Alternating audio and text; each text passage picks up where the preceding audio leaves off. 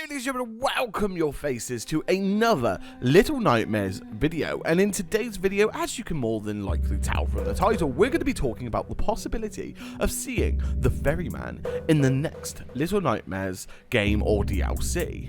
And again, today's video is not going to be a theory, but more of a speculation of where the games could be going and how we can find out about the story and lore of the ever infamous Ferryman. And just quickly before we get into this video, if you like theory videos and videos like this that we're talking about today, make sure you hit subscribe, as obviously we're going to be coming into a lot of them in the new year, so be ready for that when I release them. Anyway, shameless self-promotion out the way. So, I will cover my bases here a little and talk about the Ferryman and what we know so far before going into the future with the character, so that everyone is up to speed and they know where they're standing on going into the video. So, what do we know? We know that the Ferryman is a bit of a shady character, as his reasoning and motives thus far are not confirmed.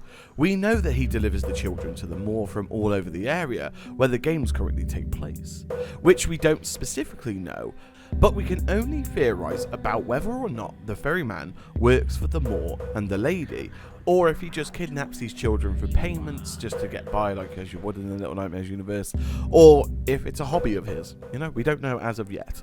Currently, like I said, it's up in the air on which camp the Ferryman lands himself in, but at some point I would like to tackle this in a future video. We see the Ferryman in a few of the Little Nightmares titles. He appears in Little Nightmares Secrets of the Moor, Very Little Nightmares, and the 2017 Little Nightmares comics. In a lot of these appearances, he is a small reference, like a painting or some type of collectible.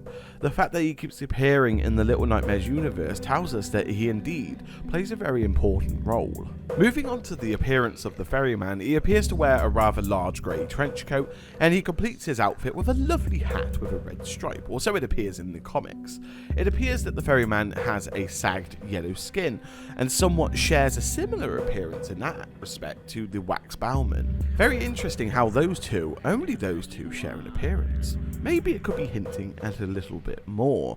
Now, I would be a terrible theorist or content creator if I didn't mention the main power about the Ferryman, and that is that he has the ability to shapeshift. And we know this because we get a great scene between the Ferryman and the North Wind, and it's revealed to the reader that the child's sister who is telling the story was indeed the Ferryman. And it's not till the end of that issue and story that we find that the sister is none other than the Ferryman. And at the end of the child's story, he shapeshifts out of the appearance of the sister and into the Ferryman's physical appearance, and thus offers his hand out to the child, and he takes him away from the North Wind. And that concludes the boy's tale. Again, in terms of the Ferryman's behaviour, he is in fact one of the most unique characters in the game. It's almost as if he, a lot of the time, is guiding the children rather than just stealing them away. In a strange way, it's probably the closest character in the game that actually somewhat cares for the children. So something else that's quite interesting about the Ferryman is, again, the Ferryman, the choice of name. The term Ferryman is used to describe a person who operates a ferry, and we all know that a ferry is a boat or ship for transporting passengers and goods, especially over a relatively short distance and as a regular service. And I think that's the key bit here that we really shouldn't overlook. It's the especially relatively short distance and a regular service. It plays nicely into my idea about seeing him again in the next installment of Little Nightmares.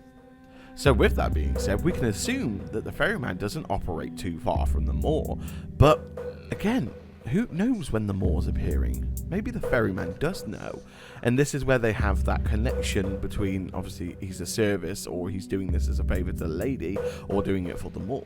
So he could well know where the moor's going to appear next, and always does. And maybe this could be a way the Six actually gets onto the moor, because as we know, the Ferryman takes Six on the boat, especially according to the 2017 comics. And again, we know from that comics they do appear in a city, and this city is filled with characters that look a lot and resemble the guest from Little Nightmares and more. And this ties in very well because the 2017 comics, we can see that Six is approached by the Ferryman, and while he doesn't chase it down, the people of the city point out Six for being the odd one out, or the child in that scenario. So a lot of things fit the puzzle very nicely. A city different from the Pale City. The city is somewhat close to the moor in some sense, and its inhabitants living there, which look to be walking the streets like everything is normal, and we have Six right there at the right time. The last time we saw Six, she was heading for the moor, which was implied by her darker self, so in terms of lore, this fits too well. Now we have the lore figured out, but here's a fun idea. Let's think about game mechanics and how he could behave in game. A part of me always wanted him sort of floating in and out of good and bad.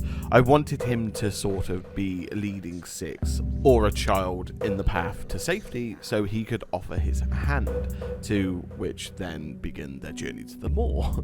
But then as a villain and a danger, his ability to shapeshift would be amazing, and it would be amazing to think of ways and how the player would be affected by this, and how you would always have to think twice about when approaching these areas. For instance, for example, imagine Six has to run into a pipe in the side of the wall from somewhere, maybe on the rooftops or just on the street, so she could evade a enemy or something that's trying to chase her. Basically a moment where you're running because you're scared and stuff like that.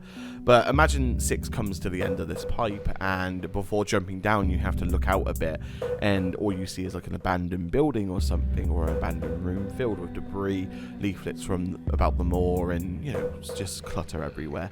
And a bit in the distance you see rats around an animal they're chewing and eating, like for a moth, let's say, for instance, or something like that. And Six drops down because she assumes it's all safe, and the hunger pain strikes Six, and you know, she's growling, she's in agony, she's moving forward.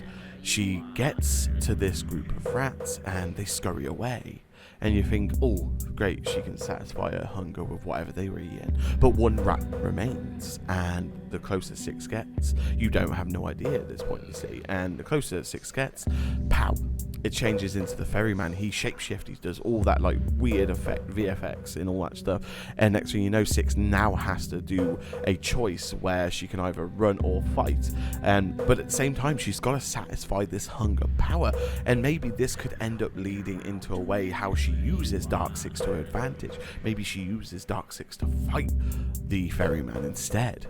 Now, in my personal opinion, I love the idea of that kind of scenario encounter, and I think for me, it's how I see the Nemesis encounters from the original Resident Evil 3 on my PlayStation and stuff. In key moments, he would appear, and you would be given the choice to fight or not, and this would depend on what you had at the ability at the time, or if you felt confident enough to take on the Nemesis. But if Bandai didn't want him to be too involved, he could be like a watchful eye in the background, similar to the creature that passes through the door at the start of Little Nightmares, always watching from the background, one with the shadows and the eye in the city, whereas the moor has the surveillance eye, the streets have the Ferryman. But I must end this video there. I think it's a bit of an interesting discussion, and I definitely would like to hear from you, ladies and gentlemen, what you think in the comments below, and especially how maybe one, we could run into the Ferryman, and two, how he could behave.